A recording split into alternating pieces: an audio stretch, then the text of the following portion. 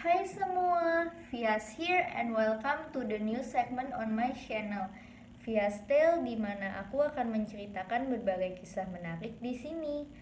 Tapi sebelumnya jangan lupa untuk subscribe sebagai tanda kalian mendukung channel aku. Hari ini aku mau menceritakan kisah legenda Milky Way yang paling menarik buatku. Kisah dua bintang di dua konstelasi yang berbeda, yaitu Altair dan Vega. Pada zaman dahulu, hiduplah seorang pemuda dari keluarga sederhana. Orang tuanya sudah meninggal dan kakaknya juga mengusirnya dari rumah. Dia pergi meninggalkan desanya dengan ditemani seekor kerbau tua. Sampailah dia di kaki gunung dan memutuskan untuk tinggal di sana. Dia mulai bekerja untuk membuka tanah di hutan sekelilingnya. Setiap hari, dia bekerja keras dengan kerbau tuanya, membajak tanah, menanam, dan juga menyirami ladangnya. Dia juga membangun sebuah rumah mungil untuk tempat dirinya dan si kerbau. Kehidupan mereka pun berangsur menjadi lebih baik. Saat musim panen pertama tiba, hasil kerja kerasnya terbayar. Dia mempunyai cukup makanan dan menjual sebagian hasilnya ke desa untuk hidup. Di satu senja, dia beristirahat di pinggir ladang, ditemani sang kerbau yang setia. Sambil bersandar di pohon, dia memandang langit dan bertanya, siapa yang membuat awan-awan begitu cantik di langit? Warna dan bentuknya berbeda setiap hari. Hari terus berjalan. Selain bekerja keras, yang menjadi hiburan di saat dia lelah adalah memandang langit, mengagumi awan sambil berbicara pada kerbau sahabatnya.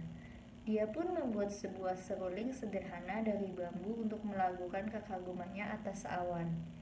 Suatu hari, saat dia sedang memainkan serulingnya, tiba-tiba seorang gadis muncul dan berkata tentang indahnya nada yang dia lantunkan. Tercengang namun terkagum, sang penggembala tak bisa berkata-kata, tapi pandangan keduanya penuh makna. Gadis itu ternyata adalah gadis penenun, putri bungsu dari Maharani Langit. Dialah yang menenun awan-awan itu setiap hari. Tak pernah terbersit bahwa buah tangannya dipuji sedemikian rupa oleh sang penggembala. Mereka saling terpana. It was love at the first sight. Setiap hari sang gadis penenun datang dari langit untuk bertemu dengan si penggembala. Mereka saling ngobrol, mendengarkan lantunan seruling, dan juga mengagumi satu sama lain. Mabuk akan kebersamaan layaknya pasangan kekasih yang sedang kasmaran. Tanpa mereka sadari, awan-awan di langit semakin menipis. Sang gadis tidak menenun lagi, dan sang pengembala tidak memandang langit lagi. Gadis di hadapannya lebih dari indah baginya, lebih dari cukup untuknya selama hidupnya. Hal ini membuat Maharani Langit murka. Berani-beraninya sang putri mengabaikan kewajibannya dan memilih untuk bersama dengan makhluk mortal di bumi. Kemudian sang putri dijemput paksa untuk kembali ke langit, ke tempatnya. Sang penggembala tak mampu untuk mencegahnya. Mereka dipisahkan. Sedih dan tak tahu harus berbuat apa, tiba-tiba sang kerbau berbicara. Aku akan mengantarmu ke langit. Semoga takdir bisa mempersatukan kalian kembali.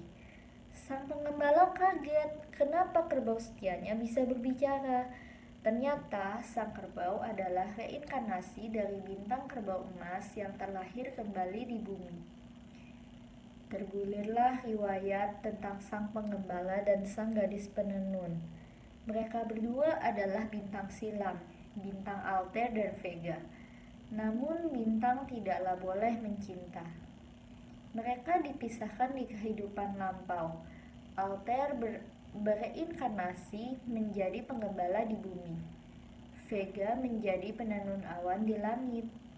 Mereka dipisahkan untuk dipertemukan kembali di kehidupan sekarang. Mencicipi bahagia selintas hanya untuk dipisahkan kembali. Jodoh sedemikian melengkapi sekaligus mengkhianati. Akhirnya bersama dengan sang kerbau, sang penggembala mengejar ke langit. Jantungnya terasa mau meledak. Dia bersumpah tak akan lagi mereka dipisahkan. Dia menolak napasnya direnggut. Sedikit lagi batas gerbang langit sudah terlihat. Sebentar lagi dia bisa meraih sang kekasih dalam pelukan. Maharani Langit yang menyaksikan semuanya bertambah murka. Dia membuat sungai perak di angkasa, membentang lantang di antara mereka, memisahkan cerita dua insan yang hampir bersama. Sang pengembala tertegun, tapi dia tak akan berhenti. Bagaimanapun, dia harus menyeberanginya. Melawan langit tidak berarti agar jiwanya kembali utuh.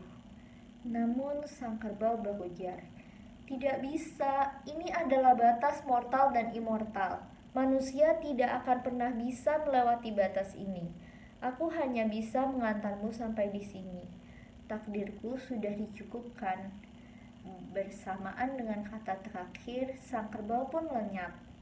Sang penggembala terdiam di tempatnya, menatapi dan meratapi kekasihnya di seberang yang terpisahkan.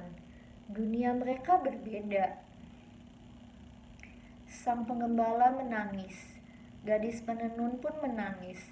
Semua upaya mereka sia-sia.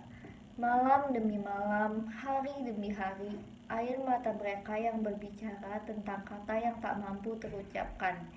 Di pelupuk mata namun tak akan pernah tersentuh. Perjumpaan sekaligus perpisahan di saat yang sama. Adakah yang lebih pilu? Sang penggembala menjelma menjadi bintang Altair, bintang paling bercahaya di konstelasi Aquila. Sang gadis penenun menjadi bintang Vega, berpendar paling terang di konstelasi Lyra, terpisahkan oleh Milky Way. Garis hidup telah kembali ke suratannya, tidak kurang dan tidak lebih. Immortal dan mortal terhenyum. Bumi dan langit pun tersentuh atas kisah mereka. Akhirnya dibuatlah agar burung-burung magpie terbang ke angkasa, beratus-ratus, berbaris membentuk jembatan menyeberangi Milky Way. Jembatan yang memampukan Altair dan Vega bertemu. Jembatan yang ada hanya di hari ke-7 di bulan ke-7. Altair dan Vega bersatu setahun sekali. Hari inilah yang dikenal dengan Festival Tanabata di Jepang. Di Jepang sendiri, Altair dikenal dengan sebutan Hikoboshi, sementara Vega dikenal dengan sebutan Orihime. Orang berdoa untuk cuaca cerah pada hari itu agar burung-burung magpie bisa ke langit. Hari hujan pertanda Altair dan Vega tidak bisa bertemu tahun itu, deras seperti air mata mereka. Sekali dalam setahun, hari ke-7 di bulan ke-7, Altair dan Vega mengutuh. That's all for the story behind Tanabata Festival di Jepang, sekaligus kisah legenda Milky Way. Bye guys!